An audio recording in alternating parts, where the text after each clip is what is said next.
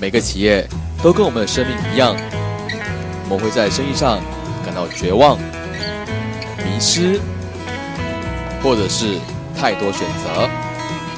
当然，我们会走到成功的道路上。每逢星期一到星期五上午10点和下午3点，我们都会邀请 Singapore Excellent Award 的得主上我们的节目，跟我们分享他们的心路历程，还有他们的成功的道路。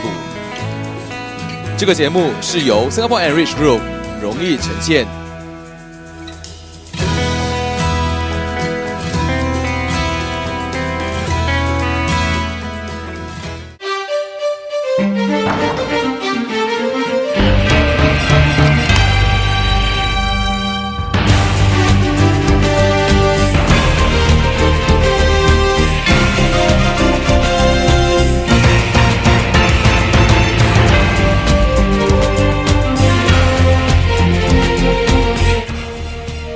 你好，我是阿宝，非常感谢你们收看这一期的封面人物。在这里呢，我很开心的原因是因为今天邀请到了一位医生来到节目当中跟我们分享如何什么呢？不是照顾自己的身体，而是如何照顾我们的财务。因为我们想谈的是一件事情，叫做车子。Hi, doctor. We have a doctor in the house, and we have Doctor Karata.And you are the founder of Dr. Karata itself. Yes. So how should I address you, doctor? My name is Haji Ismail bin Haji Yusof. So I'm locally or popularly known in the Malay car market as Dr. Karata. We know that Karata is a Malay word for car. Yes. So how do you get this title, doctor? That was some way back, about 3-4 years back, when my showroom was packed with customers, and most of these customers, they have to wait in queue to see me. So these are customers that who own a car, who have problem in either with their installment that is high, or they have a problem in securing a bank loan. So one of a lady was waiting in queue, and she was passing the remark, "Well, as if like we are inside a clinic, waiting in line to see a doctor." So somehow or other that idea came about. Dr. Karata is a branding that leave an impression inside everybody's mind. Yes. So there's been a branding and been the talk of town about Dr. Karata. If you need a car, buy car, sell car, anything particular to that car, come and see Dr. Karata, who will be tailor-suit and facilitated their needs. So at Dr. Karata, we try to tailor-suit according to customer budget. So who are your main clients? And since you mentioned that people will queue out to look for you guys for your services. Basically, currently we are controlling about plus minus, I would say, about 3/4 of the Malay car market. There are only a handful of Malay car dealers around. So the difference about Dr. Karata, we are not only about buying and selling cars.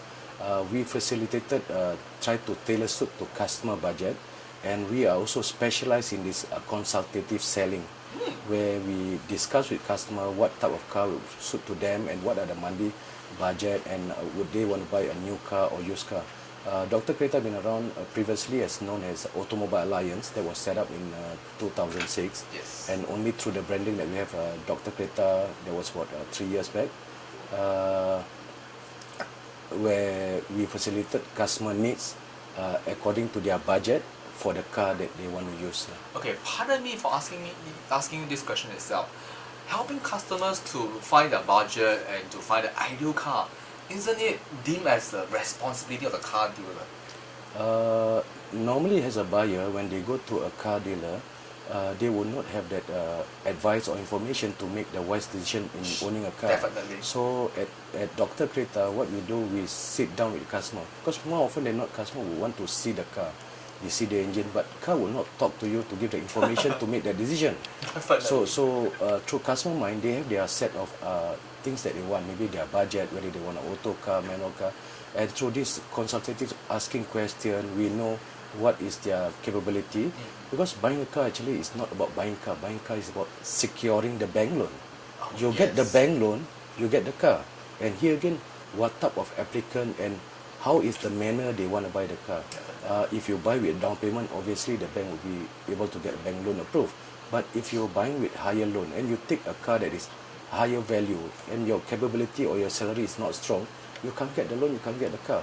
We know that there was once in the period of Singapore history that there was very famous that drive a car with zero down payment or down. Oh yes. Yeah. Okay, that was somewhere in 2004 where Monetary Authority of Singapore relaxed the ruling of buying a car, where previously they need a customer to come out 30% and 70% bank loan. So with the government relax of buying a car with zero down payment, and banks, of course, in the midst of making money, they give facilitate customer with cashback, all this. And studying my Malay market, more often than not, they would buy zero and cashback or overtrade. So when you buy in this type of manner, obviously you are tangled with high interest payable to the bank. And Sure. when you want to sell the car, the loan is higher and the value of the car is lower. So they are caught in this between. How do I go about in changing a car? So normally when you come with this loss, you go to a dealer. Dealer would not want to spend that time how to resolve. Definitely. So at Dr. Kreta, we resolve them by giving a few options. How to resolve your current car. Once I able to resolve that current car, I'm able to give the new car what they want. Because if I cannot resolve, I cannot sell a new car. So consultative selling is how to facilitate customers buying our car. And I think I've seen how this company grows through this consultative selling. We have a lot of referral, by word of mouth referral, and we have even the MediaCorp artists are coming in. So I think my job here not only about selling car, to add value to the Malay customer car buyers, how to buy their car correctly. Definitely. You have mentioned something that's very important, as in like to help your clients by giving them understanding and even educate them how to buy the right kind of cars that fits their lifestyle, their budget. I think that's very, very important. But the question comes, what if, or do you have any cases that when you can't help customers by selling off their previous car to buy a new car? Are there cases like this? Other cases that I have cases that let's say customer are in divorce, the name was under the wife, but the husband is driving. Yeah. So we need to resolve that. And we have cases where the husband has passed away. How do you transfer or how do you clear that loan accounts? And we have cases where brothers and brothers share a car, and suddenly the other party do not want to pay, and he are caught down there. And I have cases where customer, young person who bought a car and suddenly involved in an accident, and the insurance, to renew the insurance, jump up to 5,000. So not able to pay the insurance, and the road tax expired for 5 months, and they do not know how to resolve. So that's where we, Dr. Krita, are very specialized, tackle to the niche market of problematic car ownership or car buying and such thing. And we have cases where people who have a credit problem. So here again is how you tweak with the loan with the bank. Of course, when you take the loan is lower, the asset value higher. I think all banks want to borrow that car loan. Yes. Wow. So you have found your niche market through this area itself, through the crack itself. Yes. Now, the next question, the burning question comes on hand is that, see, with Singapore, we have a very unique system called COE itself. Yeah. And we all know that even the big car players are having a hard time with COE because the number of COEs is coming down instead of going up. Yes. So, being a car player in this industry itself, what do you foresee or what do you predict in the near future? When I started in 2002, there was 3 category of cars. We have a brand new cars, we have a puff car, that means car being registered and below 10 years, and we also have a car, what we call it COE car, cars that is more than 10 years. So currently in 2004 I started, it was about a new car and also a parallel import cars. Yes. Okay, as the market change about now have been about used car. Even you look at the new car showroom, they have half of their showroom to do a new car and half of it is to do a used pre-owned car. COE is going to surpass 100,000 very soon. This is because of government's need to reduce the car population, because our infrastructure will not be able to exceed to the growth population of the car.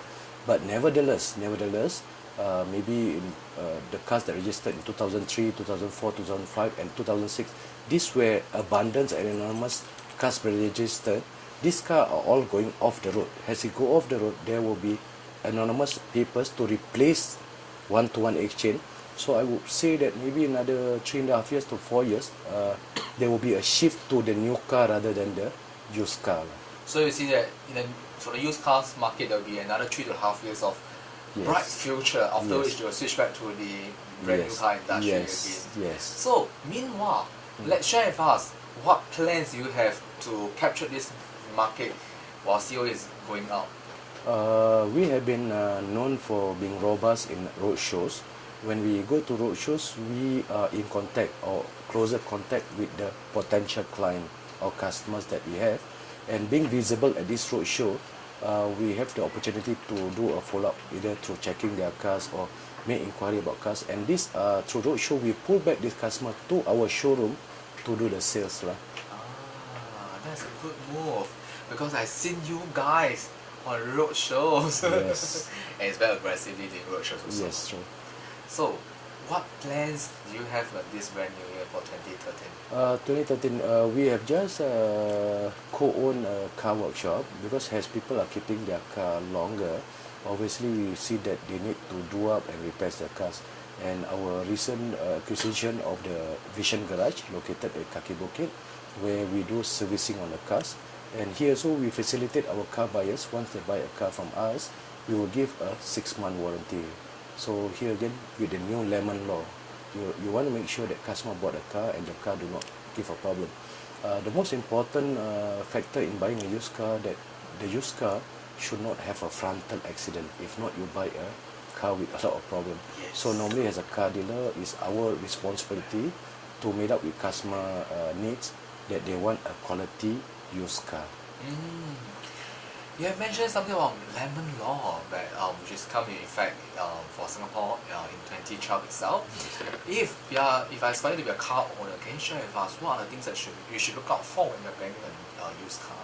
I think basically when you are buying a new car, the most important, of course, you want to request the car dealer. If you're buying an expensive car, you want to request the car dealer, can I have this car be inspected by STA to make sure that there's no major accident? That's number one. Number two, of course, you want to look at the engine compartment. Normally, if there is a sign of an accident, there will be some patch-up work, and then maybe the paintwork is new. Normally, through the bonnet, the covering of the car, you will see whether it's level or not. Yes. So these are telltale signs to show whether it's accident. And beside that, by looking the interior of the car, you will be able to know whether the previous owner really take care of the car. More often than not, buyer will look at the mileage. But to me, mileage is not really because once you use a car, you tend to drive. So you cannot expect people don't drive and they want to sell. So I think here again, by looking at the interior of the car, how the previous owner kept, and the most wonderful thing I always have, be it Malay buyer or Chinese buyer that come to me, Ismail, is this last owner a Malay? Because more tendency, the buyer would want a Malay owner car, because Malay, I don't know, I have this question. I have a Chinese client, Ismail, is this last owner Malay? So I perceive the Malay owner really take care of the car. You know one thing, as a Chinese, let me share with you that we perceive that the Malay, when it comes to car, when it comes to houses, we prefer the Malay. Oh, really? Yes, because it's known that the Malays are well taking care of their cars. And their property itself. but here not necessarily true. I think even the Chinese say, okay, for example, you buy a car that belong to a company director or executive, they drive to the work, then after the evening they come back to the work. If they don't go out frequently, the car is still good, you see. So here again is you must see, like, if you have the previous owner, maybe a young boy, they tend to ram or so here again is all depend on the owner. Depends on the previous owners. Yes. Not only the racers. Yes. So Ismail, prior to that, the recording you shared with us that you are working as a civil servant, and then you decided to switch into the automobile industry, and now you become an entrepreneur, businessman. Yes. What was the differences in being a civil servant, employee, and then now a business owner? Oh, of course, it's wonderful because you don't have any time to work. I think being a business owner, you have to be always on the ball to make sure that your company delivered what we promises to customers. But the call was made in 2002 when my elder brother, he was in cycle and carriage. He's selling a Proton and also a Mercedes. So I think when he migrated to a used car, he have anonymous Malay customer base where I was called upon to help him. So indirectly, the thing just turned out. I'm a business owner, but it's been my passion to make sure that once customer have a car, you can share the joyous moment when they take delivery of the car.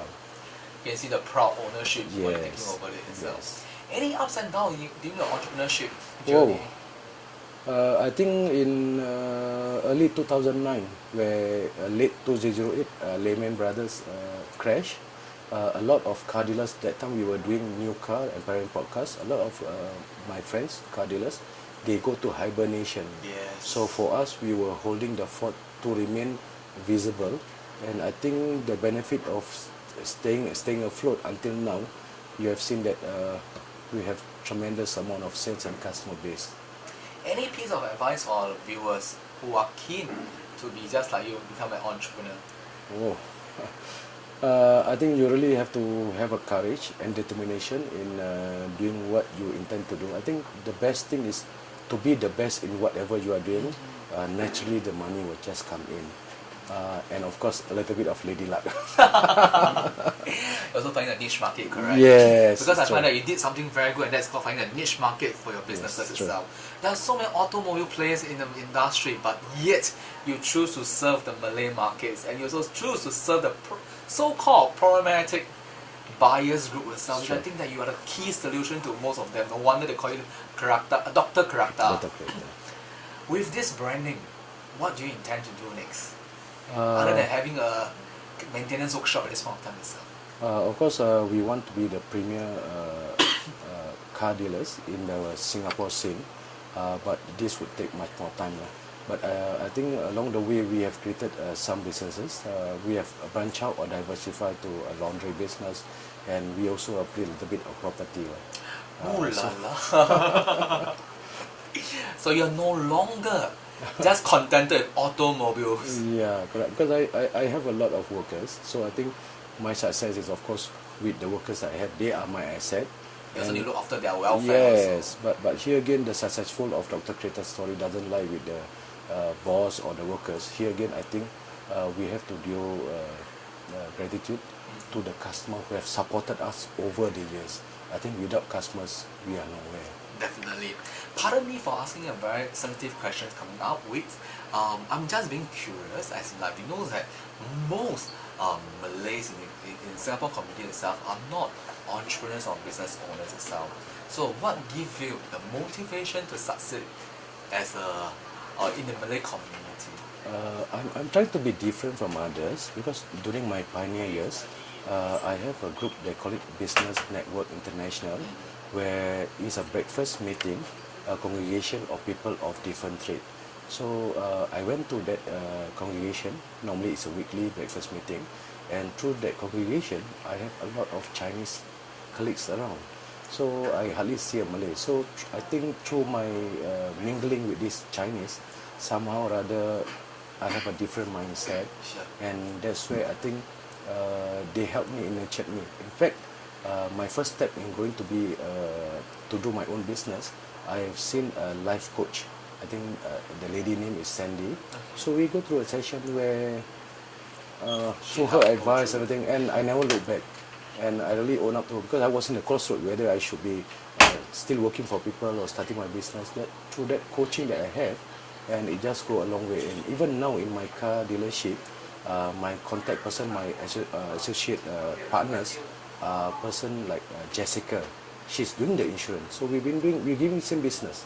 So these are the trusted people that we know, and we give among the people that can deliver. So business is not just about you yourself, but also having a win-win situations with all your working partners around you. Yes, So, very true. so Dr. Ismail, the next question coming out will be that when you know that you've been awarded the excellent award itself, what was the feeling at the moment? Well, that was came like a pleasant surprise because I think through our hard work and we being acknowledged. Of course, with this acknowledgement, it serves us to strive much more better in the future years, to serve customer better and to sell more cars and sell car correctly within the budget of the customers. It's my great honor to have you on the show itself. I learned so much from you. Thank you. Ismail, so if our listeners or viewers are interested to come in contact with you, how should we contact you? Basically, Dr. Kreta is located at number 162 Yu Chu Kang Road, and our sales hotline number is 6344-6642. Normally, our working hours, we tailor suit to customers. If you talk about normal working hours, people are busy with working, so we always tailor suit. We have the late night after working hours and during the weekends. So when people are not working, actually we are working. That's why we facilitate customers. So can just call the sales hotline 344-6642 or our email atalllianz.yahoo.com。是的，非常感谢哦，伊斯毛来到节目当中跟我们分享他的心路历程。然后我觉得他刚才讲那样东西是很重要的，重要是什么呢？那就找到你的 niche market。当你找到你 niche market 的时候呢，你只要专注在这市场上做的最好的话呢，钱就滚滚而来了。非常感谢你们收看这一期的封面人物，我是阿宝，我们下一期再见。